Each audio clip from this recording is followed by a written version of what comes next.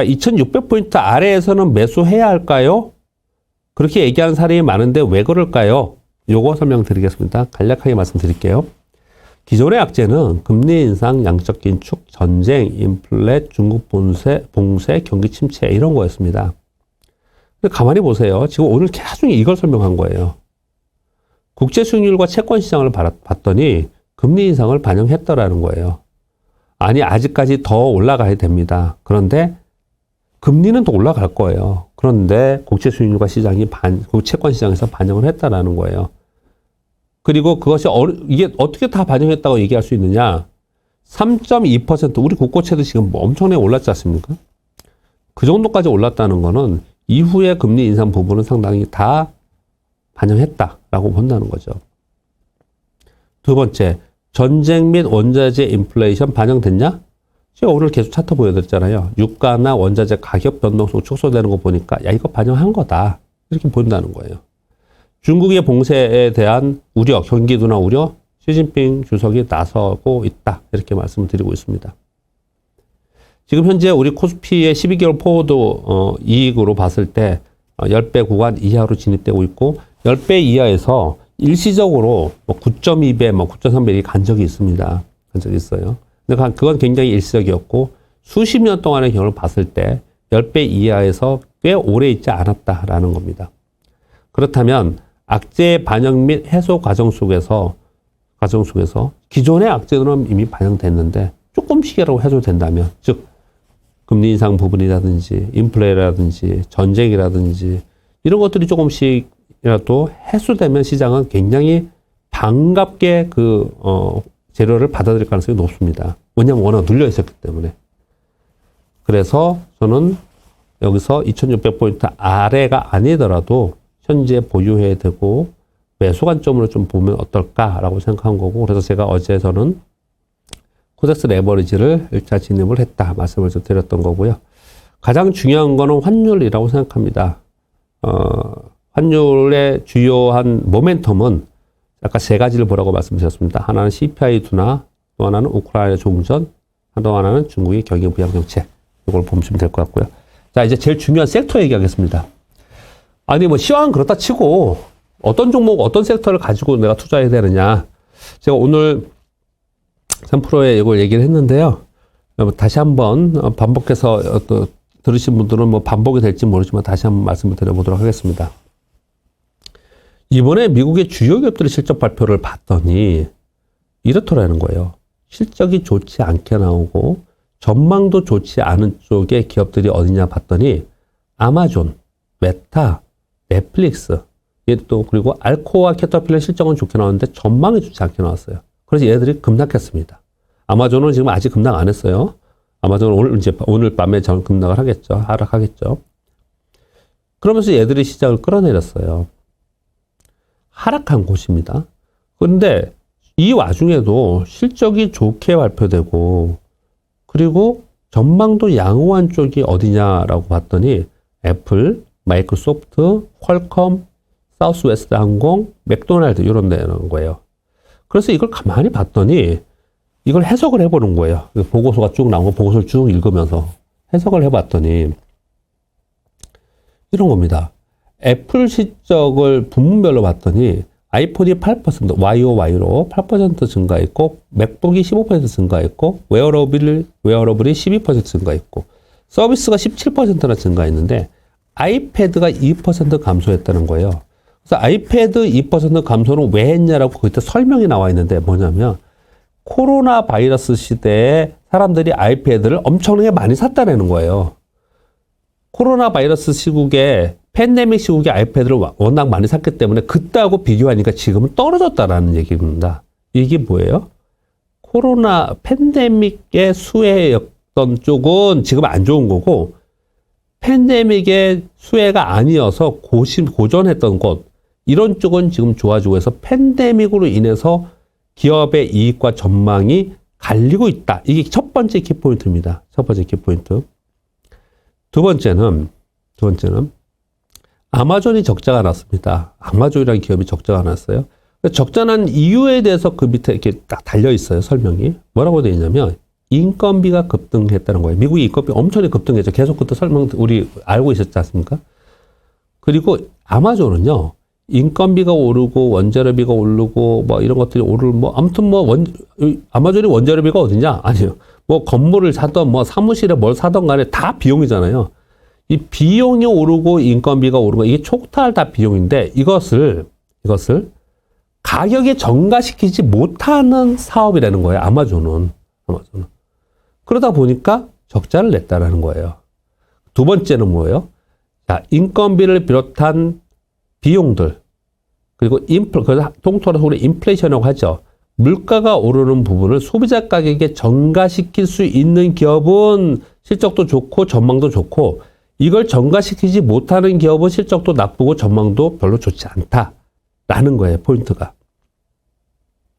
그 다음 사우스웨스트 항공사와 맥도날드는 주가도 오르고요. 주가도 오르고 전망도 좋고 실적도 좋았습니다. 왜 그랬냐 봤더니 소비자 가격을 9에서 15% 올렸고 앞으로 더 올릴 의향도 있다라는 거예요. 그 다음 알코와 캐터필러는 요번에 호실적 발표했는데 향후 전망을 하향했습니다. 왜 그러냐? 비용이 계속 올라가고 있다는 거예요. 그리고 주가가 상당히 많이 이미 올라왔죠. 그 다음 대표적인 걸 말씀드리면 텔라덱이라고 원격 의료 업체 있죠. 이게 마이너스 40% 났습니다. 어제. 왜요? 얘는 팬데믹 시기에 원격 의료를 엄청나게 사용해서 수혜여가지고 주가가 많이 올랐다는 거예요. 그래서 이제 엔데믹이 됐기 때문에 이제 얘 그 수혜에서 벗어난다. 이렇게 얘기를 하는 거예요. 로빈훗은 대표적인 팬데믹의 수혜였죠. 상장까지 했지 않습니까? 실적 미스로 인해서 시간에서 마이너스 10%나 하락을 했습니다. 자, 결론은 이거죠. 시장은 지금 성장 주냐, 가치 주냐, 금리가 오르니까 금리 인상의 수혜주, 금리가 오르면은 이익이 많이 나는 쪽, 뭐, 금리가 오르면은 피해가 되는 쪽, 또는 뭐, 이렇게 가는 게 아니고, 시장은 확연하게, 이제 확실하게 팬데믹으로 인해서 실적도 좋았고 전망이 좋았던 데는 아웃. 얘는 팬데믹 끝나고 이제 엔데믹으로 가서 여기서 이제 그동안에 고생했는데 좋아질 곳, 요런 쪽은 선방하거나 아니면은 주가가 오르고 있다. 이게 첫 번째 포인트고, 두 번째는 원자재 가격, 뭐 인건비 모두 포함해갖고 인플레이션을 포함하겠습니다. 이러한 비용들을 맥도날드나 음식료는 그렇잖아요. 뭐 항공사도 그렇고 여행사도 그렇고 가격을 막 올릴 수 있는 데 있잖아요. 소비자 가격을. 얘네들은 실적이 좋고 인플레이션을 가격으로 전가시키지 못하는 애들, 그런 제품을 만들거나 서비스하는 데들은 안 된다. 앞으로 전망이 안 좋다. 이게 확연하게 그렇게 갈려 있습니다. 이게 근데 왜 미국 시장 갖고 얘기하냐라면요. 우리나라에 생각을 해보세요. 우리나라의 애플에서 봤을 때 아이폰은 좀 늘었어요. 그럼 휴대폰은 별로 뭐 엔데믹 된다고 휴대폰이 줍니까? 아니잖아요. 그런 얘기 하는 겁니다. 지금 웨어러블 늘 거예요. 서비스 늘 거예요. 그런데 아이패드가 줄었다는 거예요. 그래서 무슨 얘기를 하는 거냐면 가전이나 아까 그래서 LG전자 처음에 지금 답변을 드릴 때 LG전자 얘기를 하면서 PC 부분이나 가전 부분이 팬데믹 때 왕창 샀기 때문에 그게 줄어들어서 그 부분이 감소돼가지고 감액이 될 수 있지 않겠냐, 이런 얘기가 나오기 시작을 한 거예요. 여러분 이제 생각해서 하실 수 있겠죠. 우리나라 기업을 볼 때 그걸 구분을 확실히 하자라는 거예요. 인건비도 늘고 뭐 요즘에 IT 인력도 어마어마하게 연봉 부르는 게 값이라지 않습니까? 이런 비용들을 가격으로 전가시키지 못하는 데들이 우리나라에 있겠죠. 어떤 데 있겠습니까? 아마존처럼 이렇게 하는 기업들, 뭐 예를 들어서 지금 아직 상장회사는 아니지만 한번 생각해 볼까요? 마켓컬리가 있는데 비용이 왕창 늘었어요. 그래서 마켓컬리의 소비자가한테 가격을 올려서 판매한다. 그러면 문제 없는 거지 않습니까? 저희도 마켓컬리 많이 이용하는데, 근데 그걸 못한다. 이게 이제 문제가 되는 거예요. 근데 못하는 이유가 있거든요. 안 하는 이유가 있습니다. 못하는 이유가 아니고, 좀 이따 말씀드릴게요. 그런 데는 안 된다라는 거죠. 아마도 카카오 네이버도 쉽지 않을 것 같아요. 그래서 걔들이 이렇게 빠지는 거다. 이렇게 말씀드리는 거고요. 음식료나 항공, 여행 그런 데는 괜찮다. 이렇게 말씀을 드리는 겁니다. 이렇게 구분을 하자는 거고요. 두 번째 더 중요한 거 말씀드릴게요. 두 번째 꼭 말씀드리고 싶은 거는요. 아마존이나 이런 데서 비용이 늘어나는 것을 소비자 가격에 전가시키지 못하거나 안 하는 이유가 분명히 있습니다. 그건 뭐냐면 경제적 해자인 충성도 있는 고객을 자기네에서 어떤 태도로 해서 벗어나지 못하게 하기 위해서입니다. 이게 굉장히 중요합니다. 경제적 해자라는 말씀을 자주 드렸지 않습니까? 근데 경제적 해자 중에서 가장 중요한 것 중에 하나가 충성도 있는 고객이에요. 제가 이 얘기하면서 항상 말씀드린 게 애플인데요. 아이폰 쓰는 사람은 갤럭시 안 써요. 갤럭시 쓰는 사람은 아이폰으로 바꿔요. 저도 식구들 다 아이폰인데 뭐가 더 좋은지 잘 모르겠어요. 뭐가 더 좋은지는 모르겠어요. 근데 아이폰 쓰는 사람들은 엄청나게 자부심감 갖고 엄청 좋대요. 아이폰이 아무튼 엄청 좋대요. 제가 들어볼 때는 그게 그거 같은데 엄청 좋답니다. 엄청 좋답니다. 잘 쓰는 사람은 그게 바로 충성도잖아요. 그래서 애플은 충성도 있는 고객이 있기 때문에 애플 실적이 아이폰 판매 대수가 줄어도 실적이 안 주는 거예요. 계속해서 서비스하고 새로운 것들을 파는 거죠. 그렇게 얘기를 하는 거란 말이에요. 그런데 테슬라는 어떨까요? 테슬라는 애플 아이폰만큼은 아니지만 테슬라 역시도 충성도 있는 고객이 여전히 있습니다. 그래서 최초 선점한 기술력이 새로운 기술이 생겼을 때 선점한 기업이 도태되지 않고 클 수 있는 이유거든요. 그게 바로 경제적 해자거든요. 저는 테슬라도 그게 있다라고 생각을 합니다. 나중에 뭐 GM, 포드, 뭐 또는 폭스바겐, 뭐 벤츠 같은 데서 뭐 아니면 아우디인데 전기차인데 멋지게 나와 이러면 좀 이제 좀 다르겠죠. 아마존은요. 아까 말씀드린 마켓컬리는요. 쿠팡은요. 얘네들이 서비스 가격 막 올리면서 고객을 등한시했다. 충성도 있는 고객이 생길 수도 없을 뿐더러 빠져나갑니다. 그러면 끝나는 거예요. 그 기업들은. 그러니까 전가시키지 못하는 겁니다. 그만큼 충성도 있는 고객이 굉장히 중요한 거거든요. 코카콜라가 왜 그럽니까? 저도 펩시는 못 마시고 안 마시고 코카콜라만 먹거든요. 코카콜라에 충성도 있는 고객이 있는 거죠. 기업을 바라볼 때 경제적 해자를 가지고 있는 것과 그리고 충성도 있는 고객이 있는 기업은 분명히 다르다라는 거죠. 이번에 확연하게 주가에서 그게 나타나고 있다. 요걸 좀 말씀을 좀 드리겠습니다. 그걸로 기업이 방판그럼 났다. 그럼 여러분들이 우리 기업을 보고 투자를 하실 때 지금 말씀드리는 팬데믹 전후, 인플레이션 전가 여부, 그리고 경제적 해자 이걸 있는 회사냐 아니냐 이렇게 보시면 지금 이 주식을 계속 가져갈 거냐 팔 거냐 아니면 더 살 거냐 명확하게 판명이 나겠죠. 그렇게 말씀을 좀 드리려고 하는 겁니다.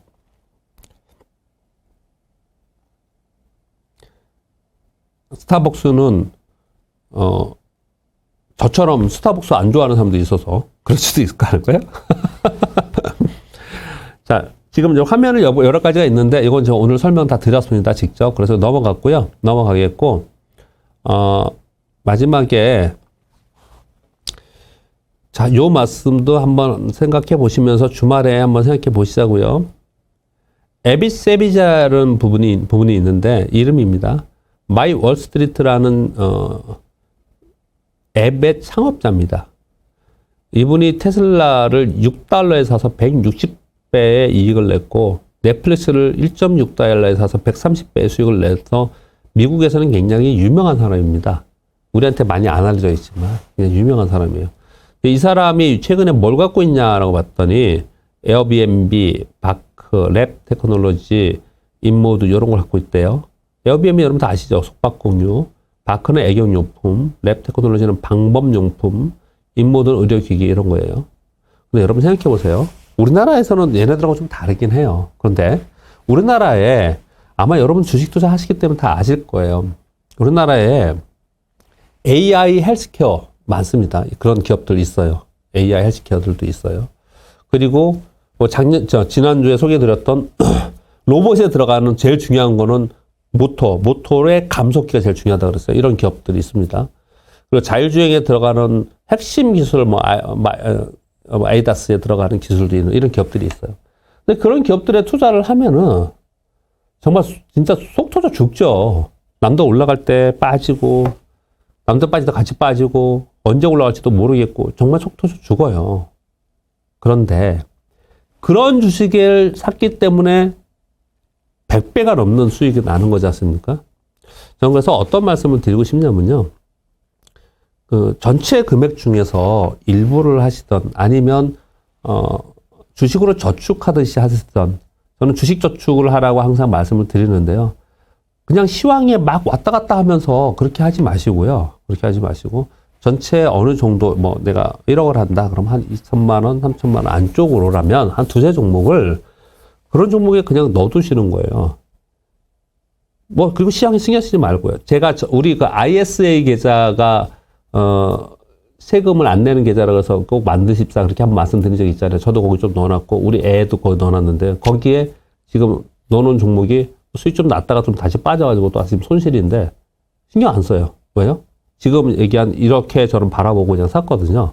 그러니까 그렇게 투자하는 것도 굉장히 투자하는 사람들 중에 꽤 많습니다. 꽤 큰 금액으로 그렇게 하는 사람이 굉장히 많거든요. 근데 왜 마지막에 이 말씀을 드리냐면요. 시장이 많이 빠졌지 않습니까? 많이 빠진 상태에서 맨날 삼성전자, 네이버, 뭐 카카오 그냥 그 대형주만 바라볼 것만이 아니고 저는 이제 시황할 때 항상 그 얘기를 하잖아요. 그 뉴스 할 때 앞으로 성장 산업이 뭘 거냐 이 얘기를 굉장히 많이 하지 않습니까? 근데 저는 올해는 반도체 쪽보다 그리고 전기차는 한번 크게 했잖아요. 근데 배터리는 아직 성장이 있을 것 같고요. 그래서 제가 볼 때는 자율주행 전기차 전장 부품 이게 앞으로 하반기부터 한 1년은 각광을 받지 않을까라는 그냥 개인적인 추정을 좀 해봅니다. 그러면 거기에 관련되어 있는 것들 있잖아요.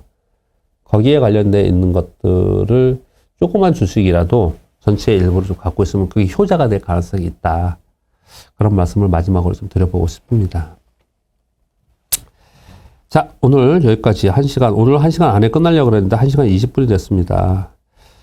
그동안에 많이 올랐던 종목, PCB나, 그리고 LG이노텍 이런 거 좀 빠지잖아요, 여러분. 근데 그런 거 좀 많이 올랐던 거에서 빠지고 또 다른 쪽에 좀 올라오고 좀 그러고 있는 과정이거든요.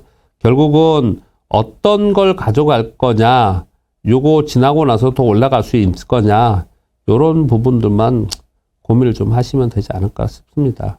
오늘은 뭐 지금 시간이 너무 많이 돼가지고 지난주에는 지금 뭐 별로 할 얘기도 없었고 그래서 제가 종목 얘기를 많이 드렸는데 오늘은 시황과 그리고 왜 지금은 매도보다는 보유 또는 매수 쪽으로 좀 볼 필요가 있냐, 앞으로 시간이 흘러가면서 조금씩은 더 좋아지지 않겠냐라는 관점으로 여러 가지를 좀 말씀드렸습니다. 오늘도 들어줘서 너무 감사드리고요. 4월도 또 고생스러웠습니다. 도대체 언제까지 이렇게 고생스러울지 힘들지만 좋아지는 게 조금 보여져서 이번 주에는 전보다는 이제 좀 사야 되지 않겠냐는 생각이 조금 더 들었어요. 확률적으로. 그런 부분들을 좀 생각해 보면서 5월을 맞이하고 주말을 보내야 되겠습니다. 여러분 들어주셔서 감사드리고 항상 응원해 주셔서 감사드리고요. 우리 교보TV 머니텐 여러분들이 또 구독 눌러주시고 또 광고해 주시고 하는 부분이 계시다고 말씀을 드렸습니다. 너무 감사드립니다. 좋은 주말 되시고요. 다음 주에 다시 뵙도록 하겠습니다. 감사합니다.